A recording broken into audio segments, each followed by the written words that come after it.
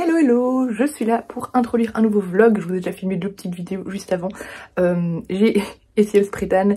Bon là ça se voit pas trop, mais je suis un peu allée comme ça. Je suis trop contente du résultat. C'était chez Monica Jane à Louvain-la-Neuve, si jamais. Et puis hier soir j'avais un dîner de famille. Je commence un nouveau vlog du coup. Je sais pas encore exactement tout ce que je vais filmer, mais je pars en vacances et j'avais hésité du coup à prendre complètement off et pas filmer du tout ou pas. J'ai envie de filmer, donc je filmerai, mais je filmerai pas tous les jours tout ce que je fais, etc. Mais voilà, je me dis je vais vous prendre en vacances avec moi. Là on part d'ici 30-40 minutes dans le Languedoc-Roussillon près de Perpignan, dans un camping où mes parents vont depuis plusieurs années. Je suis déjà allée une fois avec eux, c'était trop chouette. Donc on part avec mon compagnon Enzo, mes parents et ma soeur. Ça va être très très chouette. J'ai prévu plein de livres dans la valise, plein de livres dans ma liseuse. Je vous ai montré d'ailleurs les livres que je prenais dans ma valise avec moi dans une vidéo qui a déjà été publiée. Donc n'hésitez pas à aller la voir. Mais vous verrez celle-ci à mon retour parce que, ce vlog-ci à mon retour parce que je prends pas mon PC avec finalement. Donc, donc voilà, je ne saurais pas la monter là-bas. Avant de partir, c'est pour ça que je commence ce vlog vite ici. Je vais vous parler de ce livre que j'ai terminé hier. Je l'avais pris en audio. On m'appelle Demon Copperhead de Barbara Kingsolver, qui a reçu le prix Pulitzer et qui était juste génial. C'est une histoire qui nous entraîne aux États-Unis à notre époque. Enfin, on commence d'abord dans les années 1990, quelque chose comme ça, puis on évolue dans le temps. Et on suit un jeune enfant qui va évoluer au fur et à mesure du temps, qui est né d'une mère addict, d'une junkie, et un père qui est absent parce que il est décédé. Il va avoir un beau-père assez violent et il va évoluer vraiment dans un milieu assez difficile. On va le suivre à travers son enfance et ses déboires, balancer un peu dans des familles d'accueil. Voilà, on va essayer de le voir se débrouiller un peu comme il peut. On va aborder plein de sujets, on va vraiment aborder cette Amérique miséreuse, cette Amérique abandonnée, ce côté un peu triste de l'Amérique vraiment, où on est vraiment dans la pauvreté et dans cette Amérique vraiment délaissée en fait par l'État. On va toucher aussi au sujet de la drogue, des médicaments aussi qu'on donne un petit peu trop facilement pour des blessures et qui peuvent devenir des addictions. Voilà, on va toucher à plein de thèmes vraiment très intéressants. C'est très bien écrit avec beaucoup de justesse, beaucoup de réalisme, beaucoup de sarcasme aussi puisque c'est le personnage principal qui nous raconte son histoire et j'ai beaucoup aimé sa manière de conter. Je trouve qu'il a une vision très critique de sa vie, de son entourage, etc. Et voilà, il n'hésite pas à être sarcastique, etc. C'est un texte assez... il a eu vraiment une vie assez difficile, assez triste. On le voit lui-même combattre ses propres démons. Voilà, c'était vraiment extrêmement bien écrit. J'ai beaucoup aimé la plume de l'autrice. Le ton du narrateur était très bon aussi. C'est vraiment un livre que j'avais pas envie de lâcher. Vraiment, je l'ai écouté très rapidement parce que j'avais toujours mon casque sur moi tellement je voulais savoir la suite. J'ai adoré, je ne peux que vous le conseiller. C'est une grosse brique, mais vraiment une grosse brique qui vaut la peine. Allez, on va mettre les valises dans la voiture et c'est parti. Je prends avec mon super coussin que j'ai reçu de Bookyball parce que je me dis que dans la voiture ça va être un méga confort. Et notez que je vais essayer ça aussi sur le transat et tout parce qu'à mon avis tu te couches dessus, tu mets ton livre là-dessus, ça doit être méga confort aussi. Il sera testé et peut-être approuvé pendant les vacances. Et j'ai déjà essayé dans le fauteuil et c'est trop confortable. On prend de la route, on sort l'enfant et le petit chien qui vient avec nous. Sansa elle est dans un chenil de Club Med que ça s'appelle, où on la met à chaque fois, elle adore. Mais voilà, le petit vient avec nous. C'est un camping donc il peut. On est arrivé à notre première étape, le moulin de Saint-Véran. Je suis passée près de chez Angie, Madame Chachali et de Sarah. De Mrs. Bookermont. Elles n'ont pas voulu que je passe chez elles, elles sont méchantes. Bref, premier endroit près de Lyon. Avant de reprendre la route demain. Regardez ce que je vois juste en face de là où on va dormir. C'est fait pour moi.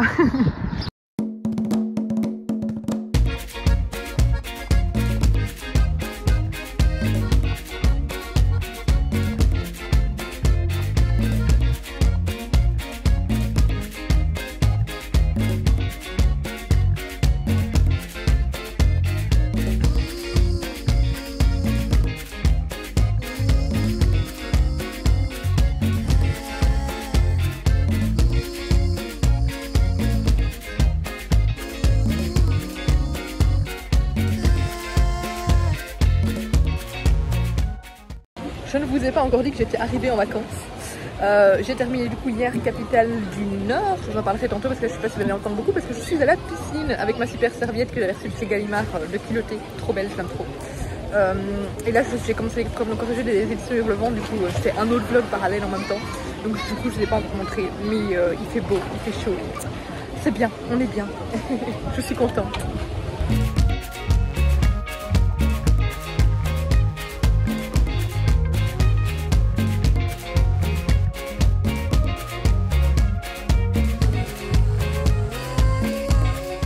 Hello, aujourd'hui je commence un nouveau roman, je vous parlerai du coup, je vais encore vous parler du Amélie Nothomb que j'ai lu hier du coup et de Capitale du Nord. Je le ferai quand j'aurai les livres sous la main, là j'ai la flemme de bouger. Mais du coup je commence, c'est l'amour à la plage de Coralie Cojol. C'est très prometteur, j'ai lu les deux premiers, enfin le prologue et le premier chapitre et j'ai hâte d'en savoir plus. Voilà, je vais pas encore vous en parler beaucoup, je vous fais juste un petit point là. Du coup sur ma nouvelle lecture, cet après-midi on va à Collioure. Ce matin c'est un petit peu encore gland, là je reste au chalet pour surveiller les chiens pendant que les autres sont à la plage. Et cet après-midi on va jusqu'à Collioure qui est une petite ville que j'aime beaucoup. Donc voilà, ça va être sympa. Donc voilà, c'était le petit coucou de... on est quel jour? De jeudi. Jeudi 11 juillet.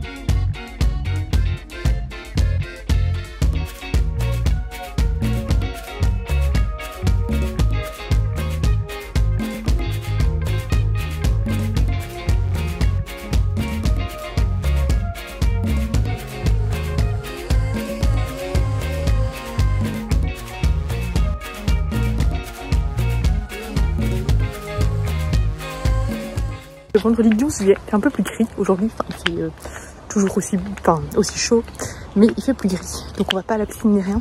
Du coup là moi je me suis dit que c'était l'occasion parce qu'il y a un cinéma pas très loin, à 30 minutes à pied du camping.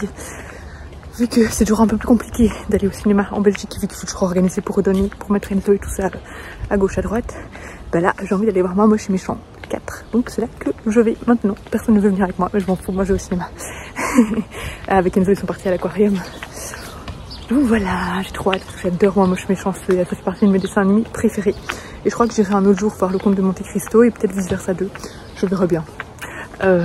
Plutôt le soir, du coup là c'est en pleine journée, il sera 16h30, la séance est à 16h30 pardon. Mais j'ai trop hâte, et vu qu'il fait gris, donc pas grand chose à faire. Et on n'a pas envie de bouger, puisqu'hier on a bougé, donc voilà, pas envie d'aller à Carcassonne ou quelque chose comme ça. Donc ce sera une petite après-midi relax. Je ressors du film, c'était beaucoup trop bien, j'ai adoré. C'était trop bien, toujours aussi génial. Je pense que c'est peut-être mon préféré après le 1. C'était trop chouette, j'adore les mignons, c'est trop chouette. Bref, si vous aimez les mignons, franchement le film 4 vous plaira, c'est sûr et certain. Là du coup j'ai 30 minutes de nouveau à marcher jusqu'au camping. Du coup j'ai mon audiobook, j'ai commencé d'ailleurs Le Gardien des Cités Perdues, le tome 1, j'ai jamais lu la saga des Gardiens des Cités Perdues. Par contre j'avais lu la BD tome 1 et je trouve que pour le moment la BD est très fidèle au livre. Donc c'est chouette parce que du coup je visualise bien les scènes, voilà. Comme ça vous savez ce que j'écris pour le moment. Mais Les Mignons 4 c'est génial.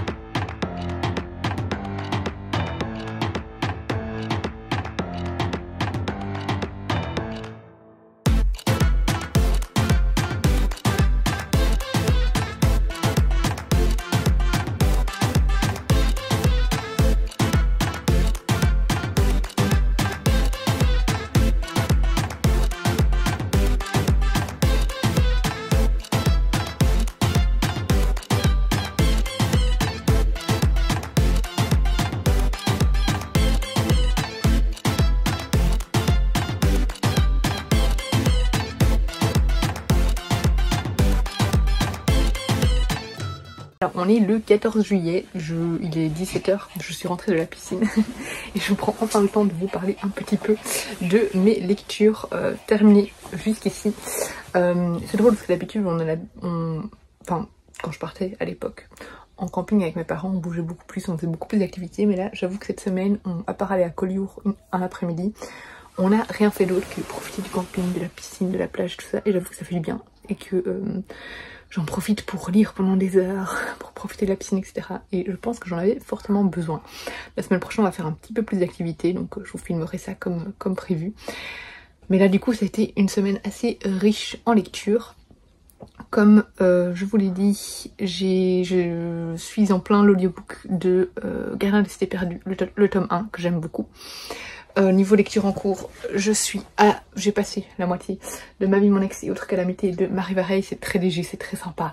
C'est vraiment une romance où finalement on voit assez vite ce qui va se passer, mais c'est le genre de livre que j'aime bien lire en été, au bord de plage, au bord d'une piscine, donc voilà, très chouette.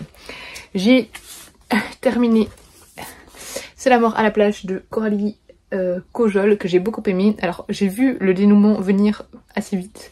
En fait, que ce soit l'identité du ou de la tueuse, du tueur ou de la tueuse, et même les 2-3 autres petites choses, je trouve que quand on a l'habitude de lire des cozy mystery et tout ça, c'est assez évident, mais c'est pas grave parce que ça ne m'a absolument pas gâché mon plaisir de lecture. Je trouve que c'est vraiment un cozy mystery qui est un vrai régal en fait, parce qu'on a à la fois le côté plage, estival, cinéma plein air, chaleur, été, vigne, etc.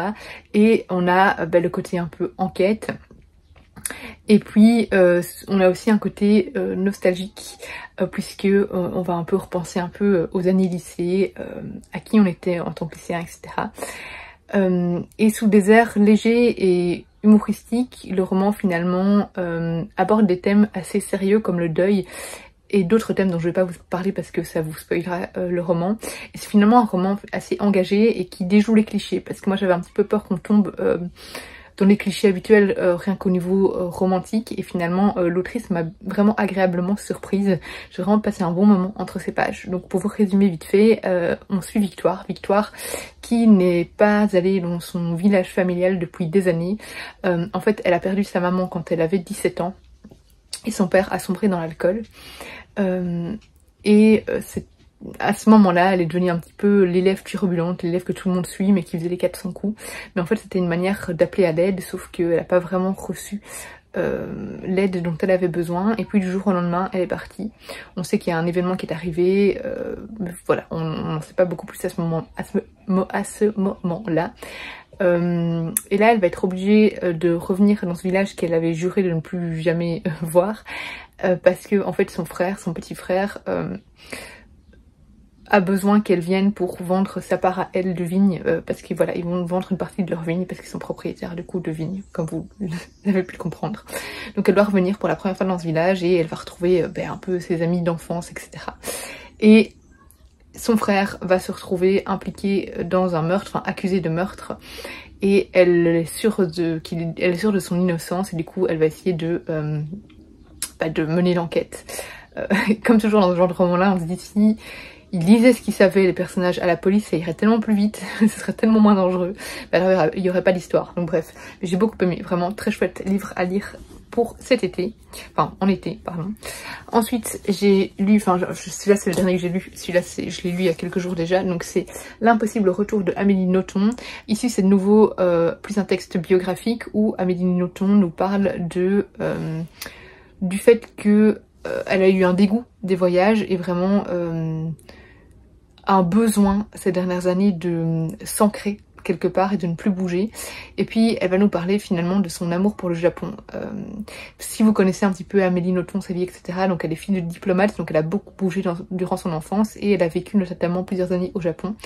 D'abord quand elle avait 5 ans, et puis elle a essayé d'y vivre quand elle avait 20 ans, et ça a été un vrai calvaire parce que elle a essayé de travailler là-bas, c'est ce qu'elle explique dans Stupeur et tremblement, elle a très mal vécu le monde du travail au Japon et elle avait quitté ce pays en le vivant finalement comme un échec. Et là elle va retourner au Japon pour un voyage plus touristique et elle va renouer du coup avec ce pays pour lequel elle a énormément d'amour, beaucoup de tendresse, vraiment c'est... c'est vraiment un pays, c'est des jeunes qui font semblant, mais un pays pour lequel elle a beaucoup... enfin qu'elle aime beaucoup. Et du coup on va découvrir son amour pour le Japon, c'est très nostalgique. J'en peux plus, je vais fermer la fenêtre. C'est très nostalgique et voilà, j'ai beaucoup aimé du coup découvrir ce pays à travers ses yeux et puis en apprendre encore plus sur elle. J'ai trouvé ça très beau comme texte, très humain, très touchant et je trouve que ses réflexions sont toujours très intéressantes. Voilà, j'ai beaucoup aimé. C'est un livre qui de nouveau se lit en 1h30, 2 heures parce que c'est très court. J'ai lu du coup le tome 1 de Capitale du Nord qui est du coup, pour ceux qui ne connaissent pas trop cette saga, en fait c'est Claire Duvivier avec Guillaume Chazéran, je crois que c'est ça le nom de l'auteur. En fait ils ont coécrit toute une saga de fantasy. En fait chacun a écrit 3 tomes. Lui a écrit Capitale du Sud et elle écrit Capitale du Nord. On peut commencer avec le tome qu'on veut finalement entre Capitale du Sud et Capitale du Nord. Maintenant il est conseillé de faire d'abord Capitale du Sud 1, puis Capitale du Nord 1, et puis de passer aux 2, enfin voilà, dans cet ordre-là. Moi j'avais lu et adoré Capitale du Sud, je l'ai même relu, et là je suis passée à Capitale du Nord. J'ai vraiment beaucoup aimé, j'ai préféré quand même Capitale du Sud. Je trouve qu'il est beaucoup plus exigeant Capitale du Nord au niveau de la plume. Il y a beaucoup de textes écrit au passé simple en fait, ce qui alourdit quand même assez fort le texte parce que c'est plus naturel en fait de lire des textes au passé simple, surtout que là c'est dans des dialogues.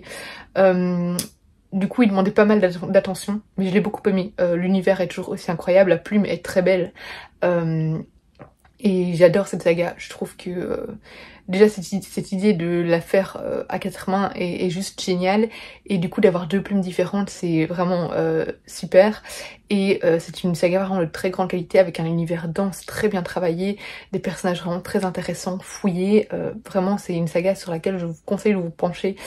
Voilà, si vous n'êtes pas friand de la fantasy trop compliquée avec trop de personnages, des univers beaucoup trop différents des nôtres, ces univers-là sont beaucoup plus faciles à appréhender parce que finalement ça reste un petit peu plus de la fantasy, on va dire médiévale, avec des êtres humains. En fait il y a un petit côté magique, surnaturel, mais qui est pas, voilà, qui est un peu au second plan, enfin pas au second plan, mais voilà, c'est pas ce qui prime le plus. Ici on est plus dans des intrigues politiques, etc. Ici du coup on est dans la Capitale du Nord, j'ai oublié le nom maintenant. On va suivre une jeune fille qui est issue de la noblesse. Les titres de noblesse n'existent plus, mais voilà, elle a quand même encore des privilèges. Et elle traîne toujours avec son autre ami noble et un autre ami qui lui est issu des milieux plus... de milieux plus... je me couche, j'en peux plus de porter. De milieux plus simples, on va dire, pas de la noblesse ni rien. Et ils traînent toujours à 3 ensemble. Je ne sais plus ce qui est dit sur le résumé, du coup je ne sais pas ce que je peux vous dire par rapport au... Parce qu'à un moment il y a un truc qui va évidemment exploser et faire bouger l'intrigue, mais je ne sais pas si c'est écrit dedans. Voilà, bref, en gros il y a beaucoup de tensions, on est dans un contexte finalement avec des colonies, etc. Et du coup des tensions liées aux colonies, des tensions ouvrières aussi dans la ville même. C'est très vrombissant, voilà, on sent vraiment la tension qui monte crescendo, le tout avec des problématiques aussi de mariage, etc. C'était très chouette, j'ai vraiment beaucoup aimé et j'ai hâte de continuer cette saga. Et du coup, j'ai lu en BD aussi Tous nos étés de Séverine Vidal et de Victor L. Pinel, qui est une réédition. Le titre de l'autre BD, c'était... Comment? Je ne sais plus, c'est écrit dans les remerciements. La maison de la plage. Voilà, donc là c'est une réédition, c'est une BD très touchante, très estivale également, avec des couleurs juste sublimes. Vraiment j'ai beaucoup aimé les palettes de couleurs, les dessins, etc. Je trouve que c'est très chaleureux, mais en même temps assez nostalgique. En fait ici on va suivre l'histoire finalement d'une maison de vacances qui va connaître plusieurs familles, plusieurs habitants à différentes époques. Et on commence en 2015 et puis petit à petit on va dans le passé. Et il y a un fil conducteur en fait avec tout ça, puisqu'on finalement on a à chaque fois cette maison qui va être passée d'une famille à une autre, ou bien, enfin voilà, il y a tout un fil conducteur par rapport à tout ça. On y suit notamment une jeune fille qui a récemment perdu son mari et qui est enceinte, mari ou pas, son compagnon, bref, le père de son bébé. Et elle va avec sa famille dans cette maison, sauf que c'est sans doute leur dernier été, puisque un de ses oncles veut retoucher sa part en fait de la maison, et les autres, ses deux frères, ne savent pas s'ils sauront racheter sa part. Et du coup on est vraiment ici dans une parenthèse estivale. On est entre... on est parmi ces membres de diverses familles qu'on va voir au fur et à mesure des chapitres. Et du coup c'est très, très nostalgique, très... On a vraiment cette impression de retour en enfance, de ces vacances en famille et tout qu'on pouvait avoir. Enfin voilà, c'est vraiment une très chouette BD, c'était très beau, très touchant au niveau des messages qui se dégagent. J'ai trouvé que c'était un très beau texte. J'ai beaucoup aimé, vraiment une très belle BD, un très bel ouvrage, et j'ai adoré les dessins. Voilà, pour le petit point lecture, je vous reprendrai, je ne sais pas encore quand. Là aujourd'hui on ne va plus rien faire, et je ne sais pas demain ce qui est prévu. Je crois qu'on va à Perpignan demain, mais je ne sais plus. Mais de toute façon je devrais vous tenir au courant de cette lecture là.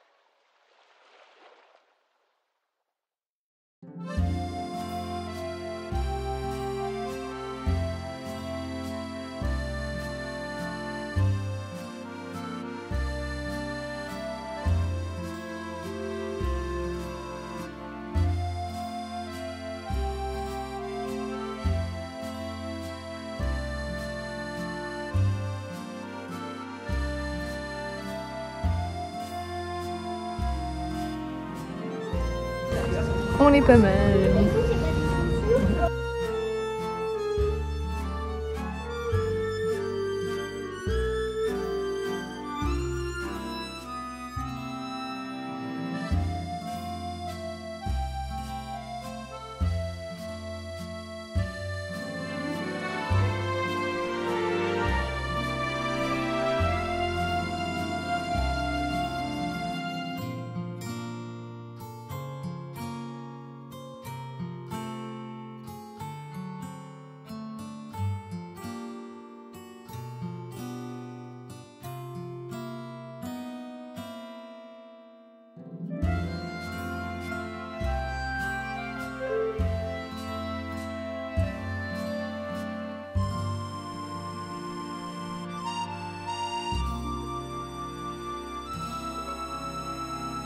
Nous sommes désormais le 18 juillet, il est presque 22 h, du coup j'en profite pour vous faire un petit point lecture. Au niveau de la dernière chose qu'on a faite, vous aurez vu des vidéos, donc ces derniers jours, qu'est-ce qu'on a fait? Je réfléchis, on a fait les grottes, je ne sais plus si je vous en avais déjà parlé, je me souviens plus du nom des grottes. C'était assez sympa à faire et surtout c'était rafraîchissant vu la température. Puis on a fait un petit village fortifié, le village de... Je vous mettrai les noms à chaque fois que vous verrez des nouveaux lieux, je mettrai à chaque fois les noms parce que là j'ai un peu oublié le nom de la ville fortifiée, mais voilà, c'est une toute petite ville un peu encore médiévale avec des légendes liées aux sorcières, etc. C'était sympa. Qu'est-ce qu'on a fait d'autre? On a fait hier on voit que c'est fort que je suis fatiguée. La réserve africaine de Sijan et c'était magnifique. Ce que j'aime bien, c'est que c'est pas du tout un zoo où on a vraiment ces animaux en cage, etc. Ici, ils essayent vraiment de reproduire un maximum les conditions dans lesquelles ces animaux vivent en Afrique. Ils ont vraiment des grands espaces, c'est bien respecté, etc. Et j'ai vu, notamment par exemple pour les singes, que le but était de sauver certains singes justement des braconniers, etc. et de tenter de les réintégrer par après dans la vie sauvage. Et c'était vraiment une très très belle réserve, j'ai vraiment beaucoup aimé. Il y a une partie en voiture et une partie à pied. C'était très beau, j'ai adoré faire ça. Et l'après-midi on est allé à Terra Vigna pour visiter pas des vignes, mais là où est fait le vin, etc. Voilà, on a fait des dégustations et tout ça. Et c'était sous terre en grande partie, donc là aussi c'était rafraîchissant, c'était chouette. Aujourd'hui, on a fait 4 heures de sortie en mer pour voir les dauphins, de nouveau avec... de manière très respectueuse. C'est des... voilà, ici ils essayent vraiment dans la Méditerranée de plus en plus de respecter les dauphins, de respecter... les animaux, etc. et donc de pas trop s'approcher d'eux. Enfin, en fait, ils nous ont même expliqué, il y a un moustique, qu'ils ne pouvaient pas s'approcher d'eux, c'est des dauphins qui doivent venir vers eux, eux ils doivent rester à une distance respectueuse, je crois de 300 mètres, quelque chose comme ça. Du coup on avait plein de dauphins, parce qu'il y en a, 3 dauphins, toujours les mêmes, mais pendant bien 2 heures, qui sont restés à chaque fois près de nous, qu'on suivait un petit peu de loin du coup, puis parfois ils venaient, etc. C'était très chouette. Enzo a adoré. Et demain on va faire un petit peu de bateau, puisque mon papa a son permis bateau, donc on a loué un bateau pendant 2 heures. Et puis c'est piscine, repos, etc. Niveau point lecture, j'ai fini il y a quelques jours Ma vie, mon ex et autres calamités de Marie Vareille. Pour ceux qui me suivent depuis un moment, désolée, je regarde un peu à droite à gauche parce que je vois un moustique et si il passe près de moi, je vais le buter. Les moustiques ici sont horribles parce qu'on les entend pas venir. C'est des espèces de moustiques noirs, mais par contre moi je réagis très mal, ça me fait même des bleus sur les jambes, donc bon bref. Donc voilà, c'est pour ça que je guette. Vous savez, pour ceux qui me suivent depuis un certain temps, que moi la romance en général c'est pas trop ma came. Et du coup j'avais un petit peu peur en me lançant dans ces anciens romans de Marie Vareille, ces rééditions ici. Ce sont ses premiers romans, j'adore ces derniers romans qui sont beaucoup plus sérieux, qui sont pas de la romance. Mais ces anciens romans j'avais un petit peu peur qu'on tombe dans le cliché, etc. Et ici pourtant j'ai adoré, j'ai tellement rigolé. En fait ici on a une jeune femme qui s'appelle Juliette, oui Juliette, Juliette qui pense tout avoir. Voilà, elle a un boulot dans lequel elle va bientôt être promue, elle a un amoureux elle est persuadée qu'il va lui la demander bientôt en mariage, etc. Sauf que en l'espace de quelques jours, elle va perdre boulot et amoureux et elle va se retrouver seule, elle va très mal vivre sa rupture, encore plus que la perte de son emploi, et un peu dépasser les limites et voilà, être un peu harceleuse avec son ex.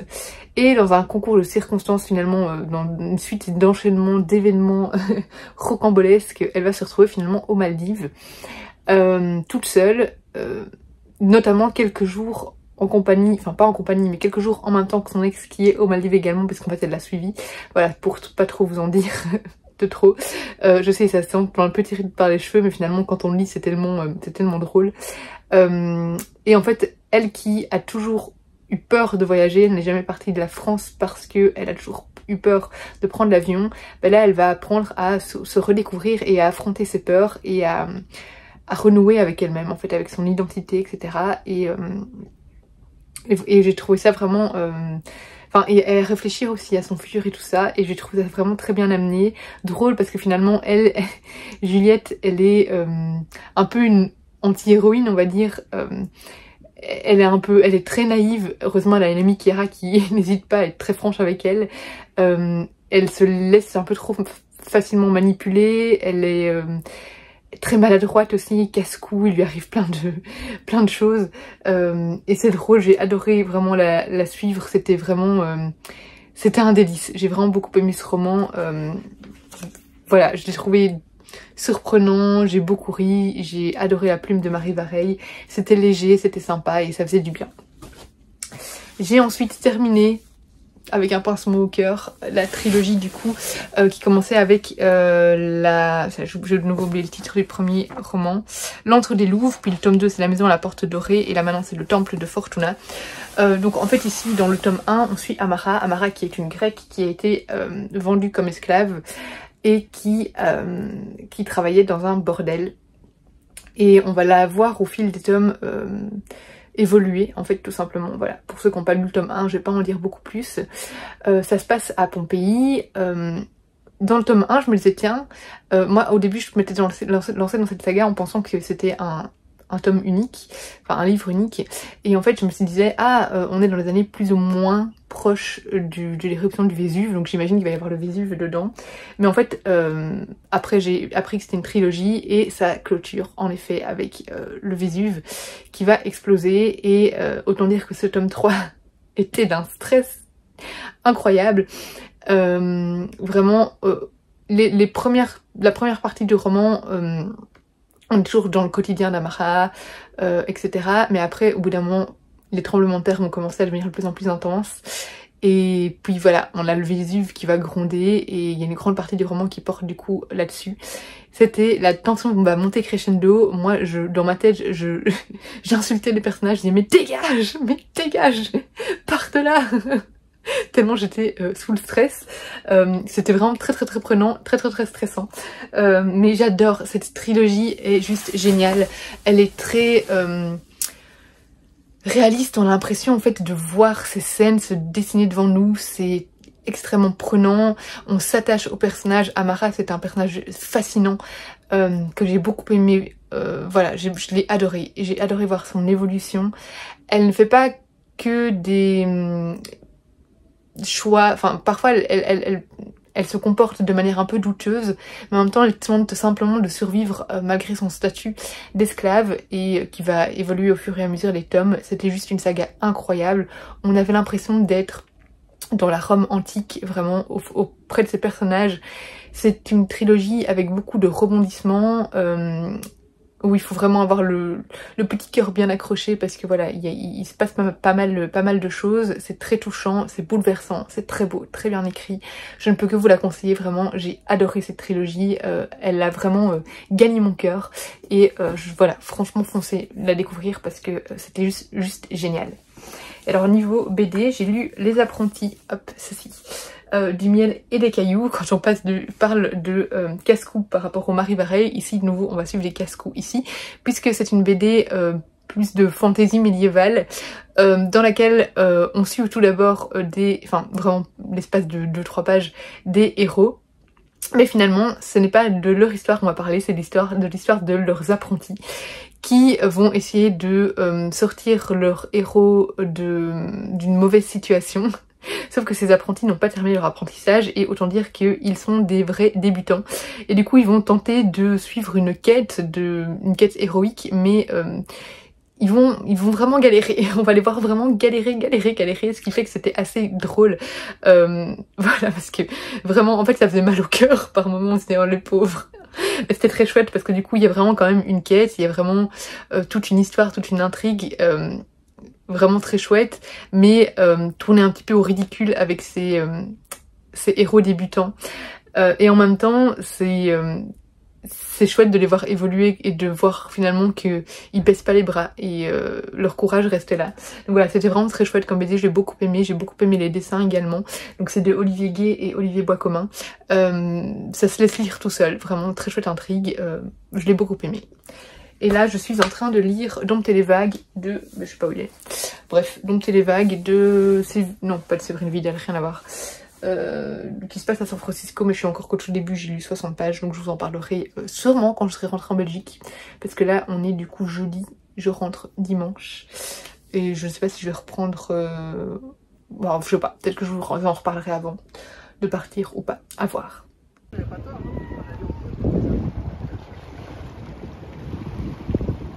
Nous sommes désormais le 20 juillet et finalement je vous reprends avant de repartir en Belgique. Et du coup je repars en Belgique demain. Et là je viens de finir Dompter les vagues de Vent de la Vida qui était vraiment très chouette, je l'ai beaucoup aimé. Et les chiens qui s'emballent parce qu'il y a quelqu'un devant. Voilà. Je l'ai beaucoup aimé. En fait ici dans ce roman là on suit... j'ai oublié son nom maintenant. C'est Maria Fabiola, c'est son amie et elle s'appelle Eulabi, voilà, un nom très compliqué. Eulabi qui vit à San Francisco et l'histoire commence dans les années 80, elle a 13 ans. Et elle a des amis, voilà, elle est dans une école très prestigieuse, elle vit finalement dans un quartier, dans des rues finalement très huppées de San Francisco. Ses parents ont eu du bol en achetant une maison qui était finalement en ruine et du coup... Elle n'est pas issue d'une famille très huppée, donc elle est dans une... elle n'est pas issue d'un milieu très riche, pardon. Et elle est dans une école vraiment privée qui est, voilà, vraiment une école de riches, où ses parents du coup se serrent assez fort la ceinture pour pouvoir l'envoyer là-bas. Et du coup elle est entourée de personnes plus fortunées qu'elle, et notamment Maria Fabiola. Maria Fabiola qui est une jeune fille qui, on sent, aime attirer l'attention sur elle, aime être au centre vraiment du monde. Et un jour, en faisant le chemin pour aller à l'école, donc elles ont 13 ans, elles vont à l'école à pied, à quatre amis, il y a un homme qui s'arrête.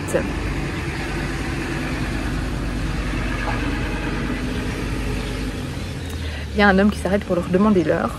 Et c'est tout. Voilà, il s'arrête, il leur demande l'heure et puis il repart. Sauf qu'en arrivant à l'école, Maria Fabiola va en fait aller chez le directeur pour dire qu'en fait...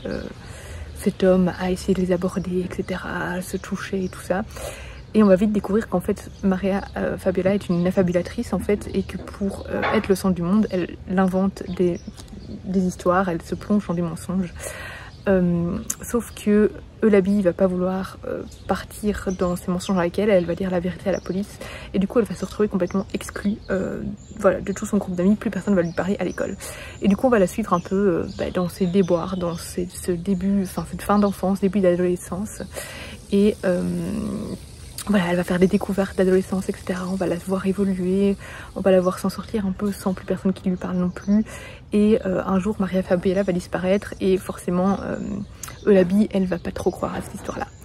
Voilà, je vous en dis pas beaucoup plus, mais c'était vraiment un livre qui se dévore. On est vraiment dans les années 80 à San Francisco, du coup, on est à une autre époque où finalement, on laissait les enfants pas mal se débrouiller tout seuls. C'était un peu plus libre à ce niveau-là. On est à la fin des hippies, on est un peu dans une période de transition. Et puis je trouve ça très intéressant de voir justement cette adolescente Eulabi que j'ai trouvé vraiment très inspirante parce que elle ne marche pas dans ce jeu, quitte à perdre ses amis. Pour elle, la vérité c'est important, etc. Et on va la voir finalement voilà, découvrir l'adolescence, découvrir son corps, découvrir les garçons, etc. C'était une très jolie histoire, vraiment j'ai beaucoup aimé, qui se centre finalement beaucoup sur les mensonges au final. Et j'ai vraiment adoré. Je trouve que c'est une histoire très touchante. Je trouve qu'on s'attache beaucoup à ce personnage principal. On est un petit peu révolté quand même par cette Maria Fabiola que tout le monde croit sur parole et qui est issue finalement d'une famille très riche, donc elle finalement elle est un peu protégée par sa richesse. J'ai beaucoup aimé, vraiment ça se dévorait. Je trouvais ça très chouette à lire en période estivale parce que voilà, on imagine ces paysages de San Francisco, la mer, la plage, etc. Ils sont tous en bord de mer au niveau de leur maison et tout ça. Et du coup c'est très dépaysant, vraiment très bien écrit. Très chouette histoire, j'ai vraiment beaucoup aimé. Et là je vais commencer le nouveau Véronique Olmy qui est assez court, donc je crois que je le refinis aujourd'hui ou demain dans la voiture. Et j'ai presque fini Gardien des cités perdues. J'écoute pas beaucoup d'audiobook, hein. Là en vacances du coup j'avance pas très vite, mais il me reste une quarantaine de minutes, donc quand j'irai promener Miko quoi, il sera vraiment bientôt fini. Et je compte enchaîner très vite avec la suite parce que j'ai vraiment beaucoup aimé. Hello, changement de décor, on est de retour chez moi, nous sommes rentrés hier vers 19 h. Voilà, le retour a été finalement assez facile. On est rentré plus tôt avec mon compagnon parce que nous on travaille. Là on est lundi, j'ai encore congé, mais demain je reprends le boulot. Mes parents sont restés avec Enzo et ma soeur un jour de plus, enfin, ils partent aujourd'hui et eux font le trajet en 2 fois, nous on a fait le trajet en une fois. Donc voilà. Là, on a du coup 2 jours tranquille à la maison pour reprendre, enfin 1 jour tranquille à la maison pour reprendre ses bases, etc. Demain, reprise du boulot et on récupère Enzo le soir. J'ai, hop, lu, merci, le doigt sur les vidéos, c'est génial. J'ai eu le temps de finir du coup sur le trajet en voiture, le nouveau Véronique Olmy, Le courage des innocents, qui est un livre tellement beau, puissant, mais difficile et pourtant nécessaire, puisqu'en fait on commence ici cette histoire avec un jeune homme de 22 ou 23 ans, je sais plus, je crois qu'il a 23 ans, qui retourne dans sa ville natale parce que il a appris que son frère était mis en foyer. Leur mère est morte et c'est son demi-frère et son beau-père est alcoolique et du coup son frère, du coup il n'est peut-être plus capable de gérer son petit frère de 7 ans et il va décider de tout faire pour le retirer de ce foyer. Et c'est comme ça qu'il va rentrer dans le milieu des foyers en fait et qu'il ne va plus le quitter. Et puis voilà, on va le retrouver 10 ans plus tard. Et 10 ans plus tard, il va se retrouver en Ukraine il sait pas trop pourquoi, mais il va en Ukraine pour aider un ami à déposer des médicaments, mais il sait pas trop pourquoi il va rester finalement. Et il va être témoin de choses horribles et ce livre va va surtout parler du trafic d'enfants. Trafic d'enfants qui se fait en temps de guerre, mais pas que. Et ça fait des années que ça se passe en fait en Ukraine. Et dans d'autres pays, hein, mais si on va vraiment se concentrer sur l'Ukraine, c'est révoltant, ça me met dans une colère noire et surtout qu'on n'en parle pas en fait.